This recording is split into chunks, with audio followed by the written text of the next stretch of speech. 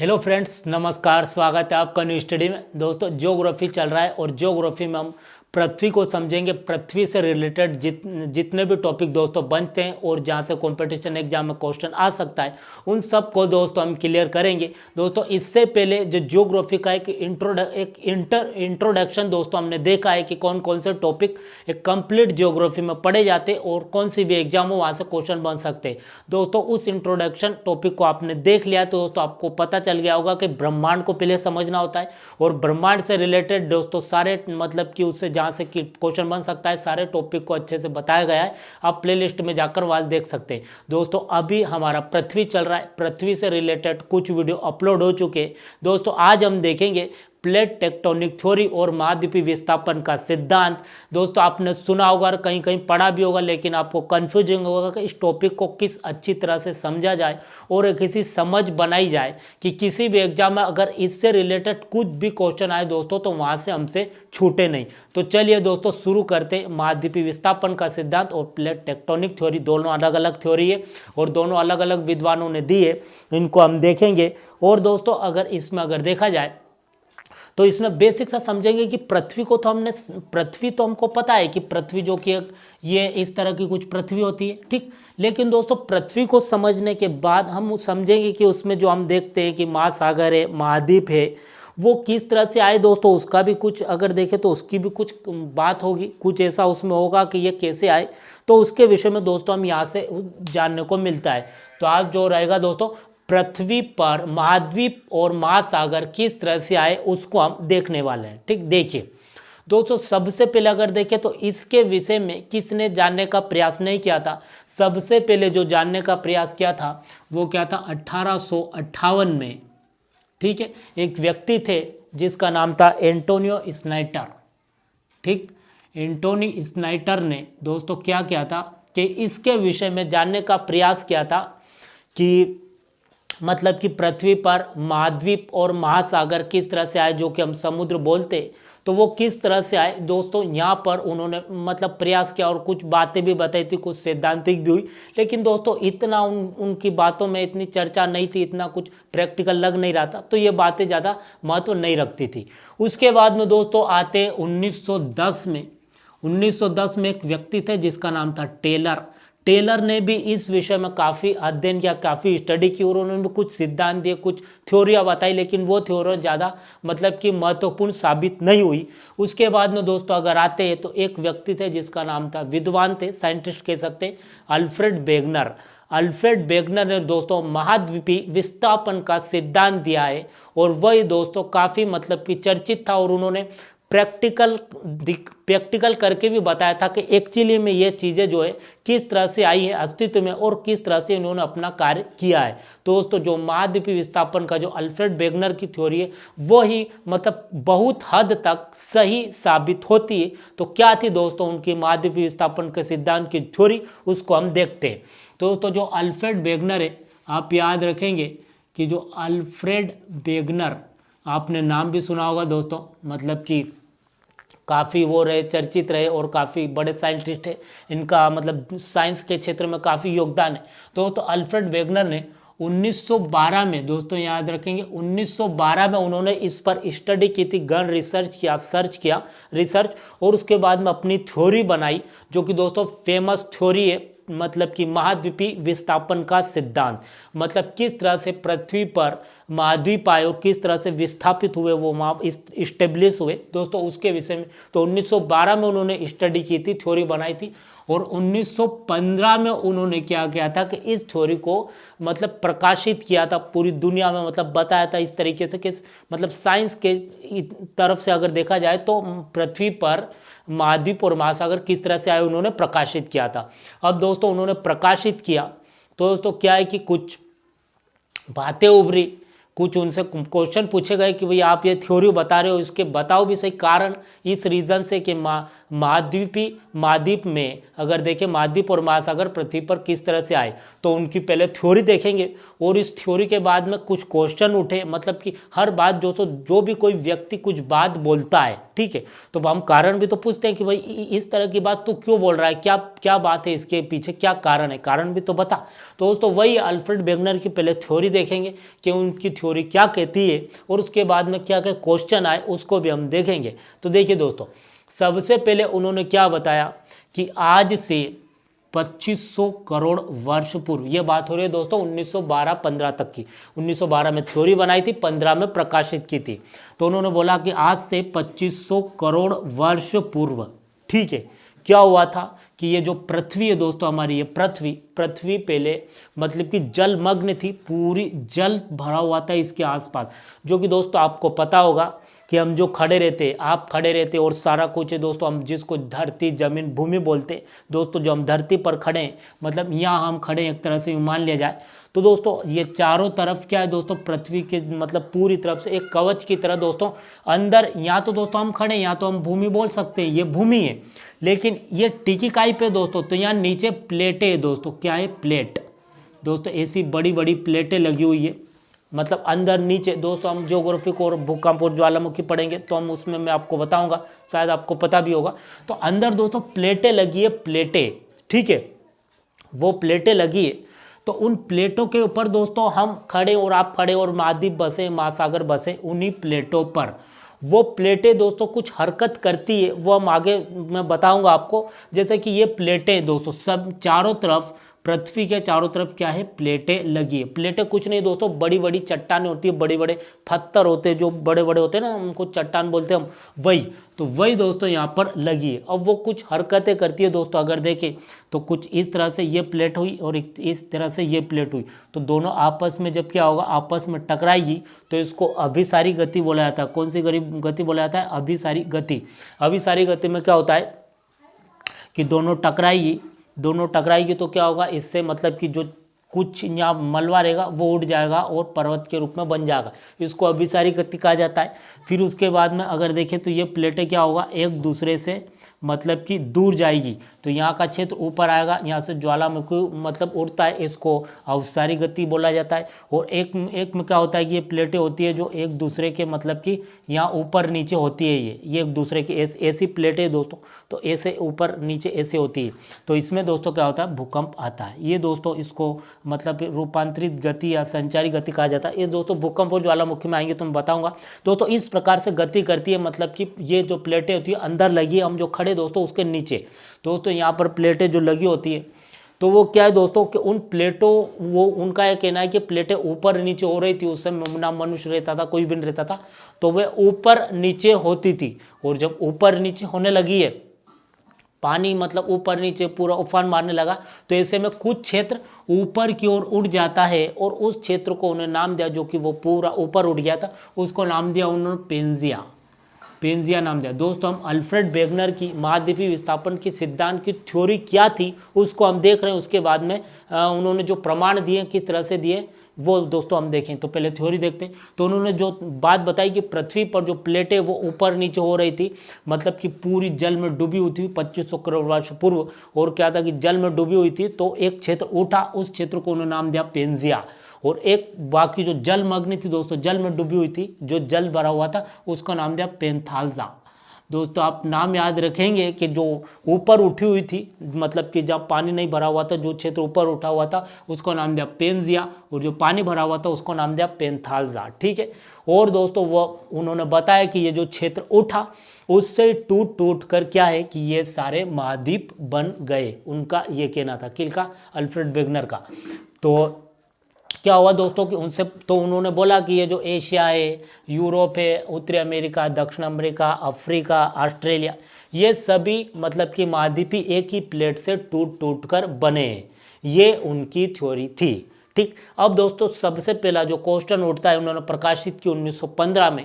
तो सबसे पहले जो क्वेश्चन उठा कि भैया जो तुमने बताया है इसके क्या प्रमाण है, सबसे पहले बताओ कि ये एक प्लेट कैसे थी, इसके बारे में हमको बताओ। पहली बात ये उठी। तो उन्होंने बताया कि ये जो है, ये क्षेत्र, ये जो उत्तरी अमेरिका है, ये उत्तरी अमेरिका पहले यहाँ लगा हुआ था। ये जो क्षेत्र है दोस्तों ये सब एक लगा हुआ था। ये जो क्षेत्र है दोस्तों ये यहाँ से टूटकर इधर गया है, वो कह रहे। और जो ऑस्ट्रेलिया महाद्वीप है और दोस्तों ये जो दक्षिण भारत का जो दोस्तों ये इंडिया आपको नज़र आ रहा होगा, ये भारत दोस्तों, ये भारत का जो दक्षिण का जो क्षेत्र है वो और ये ऑस्ट्रेलिया महाद्वीप ये दोनों यहाँ लगे हुए थे, अफ्रीका महाद्वीप में यहाँ। तो ये दोनों प्लेटें टूट कर मूव होने लगी तो ऑस्ट्रेलिया महाद्वीप इधर आ गया और इंडिया जो कि उधर चला गया। यहाँ दोस्तों एक प्लेट है जिसका नाम है यूरेशियल प्लेट। यूरोप महाद्वीप और एशिया महाद्वीप दोनों एक में बसे हुए तो इसको यूरेशियल प्लेट कहा जाता है। ये मतलब कि अगर देखा जाए तो इसको कहा जाता है अंगारा लैंड, ठीक, अंगारा लैंड। और ये प्लेट जो हुआ करती गोंडवाना लैंड थी दोस्तों। ये क्या है कि ये यहाँ से टूट कर इधर की ओर गई और यहाँ दोस्तों एक सागर हुआ करता था पहले, ऐसा बताया जाता है। यहाँ पर एक सागर था, इसका नाम था 33 सागर। इसमें दोस्तों नदियाँ थी, वहाँ पर पानी लाकर यहाँ अंदर, यहाँ मतलब कि पानी नदियाँ इसमें गिरती थी तो मिट्टी कंकर पत्थर सारे यहाँ पर इसके अंदर जाते थे, ठीक है। अब ये अंदर यहाँ जाते थे और ये पानी पूरा सागर था यहाँ पर। तो दोस्तों जो मलबा था तो इधर से प्लेटें गई और वो प्लेटें थी यूरेशियल प्लेट के नीचे जो गोंडवाना लैंड की जो प्लेटें थी दोस्तों ये दोनों यहाँ पर लगे हुए थे अफ्रीका महाद्वीप में। तो ये टूटकर ऑस्ट्रेलिया महाद्वीप इधर आ गया और ये जो है भारतीय प्लेट यूरेशियल प्लेट के दोस्तों नीचे क्या है वहाँ पर यूँ घुस गई उसके नीचे। मैंने बताया दोस्तों प्लेटें 3 गति करती है, अभी कुछ समय पहले ही बताया कि अभी सारी गति में क्या होगा दोस्तों कि एक दूसरे से टकराएगी यूँ, ठीक है, यूँ टकराएगी, यूँ जाएगी, टकराएगी, यूँ जाएगी। तो दोस्तों एक दूसरे के नीचे जाती है तो किसी पर्वत का निर्माण होता है। एक दूसरे से दूर जाती है तो नीचे से मलबा बाहर आएगा तो अभी सब मतलब कि अब सारी गति होगी, इसमें ज्वालामुखी उठेगा और दोस्तों टकराएगी तो भूकंप आएगा। तो एक दूसरे के नीचे गई है ये भारतीय प्लेट यूरेशियल प्लेट के नीचे चली गई दोस्तों। नीचे ये एक प्लेट ऐसी है और ये प्लेट इसके नीचे चली गई यहाँ पर दोस्तों, नीचे चली गई तो ये मलबा था ये ऊपर आ गया और ये हिमालय के रूप में बन गया, जो कि दोस्तों इस तरह से हिमालय का निर्माण हुआ, ऐसा अल्फ्रेड वेगनर कहते हैं दोस्तों। ये भी उन्होंने थ्योरी बताई तो ये बात भी उनकी सही साबित हुई। उसके बाद में दोस्तों बताया गया दूसरा, उन्होंने बोला कि जो पक्षी ये दक्षिण अमेरिका है जो कि महाद्वीप, दक्षिण अमेरिका में जो पक्षी की प्रजाति पाई जाती है वही अफ्रीका महाद्वीप में पाई जाती है, ठीक है। और दोस्तों जो खदान है आपने देखा होगा कि जो खनिज जो धातु निकलती है अफ्रीका महाद्वीप से वो मतलब कि वो ब्राज़ील जो एक देश दक्षिण अफ्रीका का वहाँ से मतलब कि उसी धातु वहाँ पर वो जो खदान है वहाँ पर भी वही धातु प्राप्त होती है। तो ये एक ही खदान हुआ करती थी, एक समय उनका ये कहना था कि ये जुड़े हुए थे। पक्षी का बताते दोस्तों कि जो पक्षी की प्रजाति ऑस्ट्रेलिया महाद्वीप में पाई जाती है वही पक्षी की प्रजाति मतलब कि भारत में पाई जाती है और यहाँ पर अफ्रीका में पाई जाती है। तो ये एक होगा, इसीलिए दोस्तों ये सब प्रजातियाँ एक जगह थी। तो दोस्तों ये बताते हैं कि सभी क्षेत्र जुड़े हुए थे और जो खदान अफ्रीका महाद्वीप की वहाँ भी मिलती है और पक्षी भी एक थे। दोस्तों उनका ये कहना कि सब एक ही प्लेट थी और एक ही प्लेट से टूट कर सब पूरा ये फैल गया, जिससे दोस्तों अगर देखें तो यूरोप महाद्वीप, एशिया, ऑस्ट्रेलिया, अफ्रीका, उत्तरी अमेरिका और दक्षिण अमेरिका बन जाता है। तो ये दोस्तों अल्फ्रेड वेगनर का कहना था। फिर दोस्तों क्या है कि कुछ यहाँ से क्वेश्चन भी उठे और उनसे मतलब कि ऐसी बातें थी जो दोस्तों वह थ्योरी सही तरीके से पूरी तरीके से सही साबित नहीं हो पा रही थी। क्या थ्योरी थी तो देखिए दोस्तों, अगर एक और देखा जाए तो ये क्वेश्चन उठता है कि भाई जो खदान है मतलब कि जो खनिज अफ्रीका महाद्वीप से जो मिला है वही धातु ब्राज़ील देश में भी वह खनिज धातु मिलती है उस खनिज से। दोस्तों सिर्फ ब्राज़ील में क्यों मिलती है, दूसरे देश में भी मिलनी चाहिए उसकी खदानें। दोस्तों यहाँ पर वो थ्योरी फिट नहीं होती।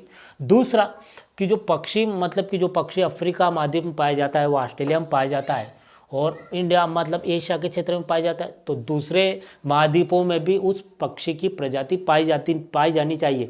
ऐसा भी हो सकता है कि वो पक्षी उड़ते उड़ते चले गए हो। तो दोस्तों ये थ्योरी पूरी तरह से मतलब कॉन्सेप्ट पर क्लियर नहीं होती। दोस्तों इस थ्योरी को मान्यता मिली लेकिन पूरी तरह से स्वीकार नहीं किया गया कि ऐसा ही हुआ होगा और अल्फ्रेड वेगनर की थोड़ी फीकी पड़ जाती है, मतलब थोड़ा पूरी तरह से सही साबित नहीं होती। फिर उसके बाद में आती है दोस्तों 1960 में। दोस्तों बहुत सारे विद्वानों ने अपने अपने थ्योरी दी थी लेकिन इतनी वो मान्यता प्राप्त नहीं थी। पहले जो थी दोस्तों 1960 के पहले अल्फ्रेड वेगनर की थी और वो भी दोस्तों बहुत हद तक सही साबित होती है लेकिन पूरी तरह से नहीं। 1960 में दोस्तों एक थ्योरी आई थी जिसका नाम था, आपने सुना होगा और बहुत चर्चित भी है, उसका नाम था plate tectonic theory. Plate tectonic theory वही दोस्तों सबसे चर्चित है, कब आई थी 1960 में। और वह दोस्तों बताती है, नाम से पता चल रहा है कि प्लेट टेक्टोनिक मतलब प्लेटों के बारे में वह बताती है। यह कि मैकेंजी, दो व्यक्ति थे दोस्तों, मैकेंजी और हैरी हेंस। मैकेंजी और हैरी हेंस ने क्या किया था, इस थ्योरी को बनाया था 1960 में। और तब से जो माना जाता है पूरा रियलिस्टिक जिस थ्योरी को माना जाता है वो प्लेट टेक्टोनिक थ्योरी को ही माना जाता है, जो अभी भी मतलब कि है, मतलब साइंस में बना हुआ है, बनी हुई है थ्योरी। तो ये बताती है सही तरीके से महाद्वीपीय विस्थापन का सिद्धांत दोस्तों इनकी थी, और प्लेट टेक्टोनिक हैरी हेंस और मैकेंजी की थी। लेकिन हैरी हेंस का ज़्यादा यहाँ पर उनका महत्व ज़्यादा बढ़ जाता है। 1960 में थ्योरी आई थी। उन्होंने बोला दोस्तों कि ये सभी प्लेटें अलग अलग ही थी, एक नहीं थी। उनका ये कहना था कि ये प्लेट पूरी एक है। इसको यूरेशियल प्लेट बोला गया दोस्तों। जो एशिया महाद्वीप है, ये एशिया महाद्वीप आपको दिख रहा होगा, यहाँ से अगर इसको एक कर लिया जाए ये यूरोप महाद्वीप आ जाएगा। ये एशिया महाद्वीप और यूरोप एक ही प्लेट में बसा है, इसलिए उसको नाम दिया गया यूरेशियल प्लेट, मतलब यूरोप और एशिया, यूरेशियल प्लेट पूरी एक ही प्लेट पर। दोस्तों प्लेटें बड़े बड़े पत्थर, बड़े बड़े चट्टान हैं, और जिन पर हम खड़े हैं, जिस पर भूमि है, तो दोस्तों बहुत बड़ी चट्टानें बहुत बड़ी बड़ी होती है। तो दोस्तों वही है, बहुत बड़ी बड़ी चट्टानें, उनके ऊपर ही महाद्वीप बसे हुए दोस्तों। महाद्वीप बसे हुए इतने इतने बड़े पत्थर है, ठीक है, पत्थर नहीं समझ लो आम भाषा में। तो ये मतलब दो महाद्वीप यूरोप और एशिया बसे हुए। उसके बाद में उनका कहना उत्तरी अमेरिका और दक्षिण अमेरिका दोनों एक ही महाद्वीप में दोस्तों वो बताते हैं। लेकिन अगर यहाँ पर दोस्तों थोड़ा कन्फ्यूजिंग होता है कि एक ही अलग अलग है, क्योंकि एक ही प्लेट पर वो बताते हैं। उसके बाद अफ्रीका महाद्वीप की प्लेट पूरी अलग है, उनका ये कहना है, और ये प्लेट धीरे धीरे यूरोप महाद्वीप के अंदर धंसती चली जा रही है। जो कि आपको बता दूं कि प्लेटें जब टकराती है दोस्तों तो भूकंप आता है, ठीक, एक दूसरे के नीचे जाती है तो पर्वत बनता है, और दूर जाती है तो नीचे ज्वालामुखी उठता है। दोस्तों इसको भी हम क्लियर करेंगे, प्लेटें तीन तरह से मूव करती है, ठीक। अब देखिए दोस्तों ऑस्ट्रेलिया महाद्वीप की भी अलग प्लेट बताइए। अब ये तो दोस्तों महाद्वीप हुआ, महासागर की प्लेट भी वो बताते हैं कि यहाँ से यहाँ तक अलग महासागर है, उसकी प्लेट अलग है। और प्रशांत महासागर की प्लेट यहाँ आ जाती है दोस्तों। ये जो है प्रशांत महासागर की प्लेट, इसको मान लो यहाँ पर प्रशांत महासागर जो कि सबसे बड़ा महासागर है। आने वाले वीडियो में दोस्तों महासागरों को भी हम देखेंगे और महाद्वीप को भी। तो दोस्तों ये हम देखें तो यहाँ पर प्रशांत महासागर है। आपने देखा होगा महासागरों की प्लेट अलग होती है, महाद्वीप की अलग होती है, अभी हम देख रहे हैं उसको। दोस्तों ये प्लेटें अलग अलग है और महासागर की भी अलग है। तो इसमें दोस्तों जो प्रशांत महासागर है, आपको पता होगा कि उसकी प्लेटें अलग है और इसकी प्लेटें अलग है। तो दोस्तों दोनों क्या है, ये दोनों टकराती है, दोनों प्लेटें टकराती है। मैंने क्या बताया, जब भी दोनों प्लेटें टकराएगी तो क्या होगा दोस्तों, मतलब कि दोनों प्लेटें टकराएगी तो किसी पर्वत का निर्माण होगा। दोनों ऐसी होगी दोस्तों, ऐसी ऊपर नीचे तो भूकंप आएगा, और एक दूसरे के नीचे जाएगी तो पर्वत का निर्माण होगा। तो दोस्तों ये प्लेटें क्या होती है, एक दूसरे के पास आकर ऐसे ऊपर नीचे होती है, ऐसे। दोस्तों जब ऊपर नीचे होगी तो क्या होगा, यहाँ पर अगर देखें तो भूकंप का निर्माण होगा। जो कि दोस्तों आप देखते हैं इन दोनों प्लेटों के बीच में जापान देश बसा हुआ है, और आपने सुना होगा कि जापान में सबसे अधिक भूकंप आते हैं दोस्तों। यही इसी कारण से आते हैं कि दोनों प्लेटों के बीच में बसा हुआ है दोस्तों। पूरी तरह से नहीं, पर ऐसा अंदाज लगाया जाता है साइंस के अनुसार कि प्रशांत महासागर और जो यूरेशियल प्लेट दोनों प्लेटों के बीच में बसा हुआ है दोस्तों। कौन, जापान। इसीलिए वहाँ ज़्यादातर भूकंप आते हैं दोस्तों। भूकंप आने का रीज़न यही होता है कि प्लेटें क्या होती है, जब एक दूसरे से ऐसे करती है दोस्तों तो जो क्या होगा, भूकंप तो आएगा। अब नीचे से क्या प्लेटें ऐसी होगी तो ऊपर की मतलब सारी चीज़ हिलेगी, तो वही दोस्तों भूकंप होता है। तो दोस्तों ये भूकंप हुआ, दोनों टकराएगी तो किसी चीज़ का निर्माण होगा। तो दोस्तों ये यूरेशियल प्लेट और एशियन प्लेट एक दूसरे के नीचे गई तो क्या हुआ कि नीचे गई तो नीचे का मलबा ऊपर आ गया और फोल्ड होकर वो हिमालय बन गया, जो कि दोस्तों हिमालय। और उसके बाद में दोस्तों ये उन्होंने पूरा मतलब प्रैक्टिकल तरीके से बताया कि इस तरह से महाद्वीपीय प्लेटें और महासागरीय प्लेटें आई। दोस्तों आपको समझ में आया होगा अल्फ्रेड वेगनर की महाद्वीपीय विस्थापन का सिद्धांत पूरी तरह से सही साबित नहीं हुई, हालांकि बहुत हद तक उन्होंने अच्छा काम किया। सही इस क्षेत्र में सबसे जो मतलब कि इस क्षेत्र में सबसे ज़्यादा काम किया था उन्होंने किया था। फिर दोस्तों पूरी तरह से सही थ्योरी नहीं बना पाए थे, लेकिन हैरी और मैकेंजी ने 1960 में प्लेट टेक्टोनिक थ्योरी की बनाई। दोस्तों उम्मीद करता हूँ आपको समझ में आया होगा। आगे दोस्तों और भी वीडियो आएंगे। Thank you.